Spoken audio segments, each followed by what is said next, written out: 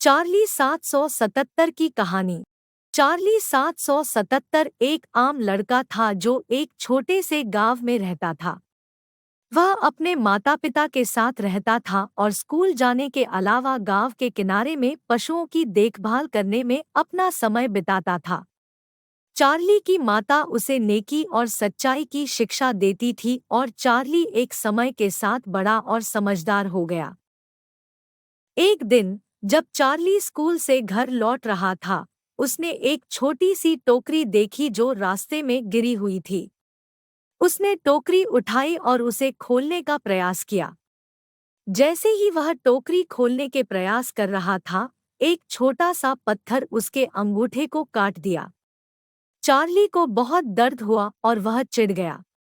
लेकिन इसके बावजूद चार्ली ने देखा कि टोकरी में एक चमकता हुआ पत्थर है। वह पत्थर बाहर निकालने के लिए टोकरी को दोबारा खोलने का प्रयास करने लगा। चार्ली को इस बात का एहसास हुआ कि कठिनाइयां हमें तभी हरा सकती हैं जब हम इन्हें हार मान लें।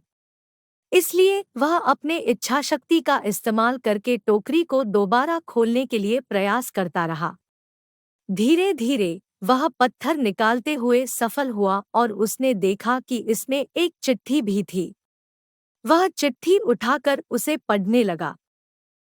चिट्ठी में लिखा था, बधाई हो, आपने एक मुद्दे को समाप्त कर दिया है।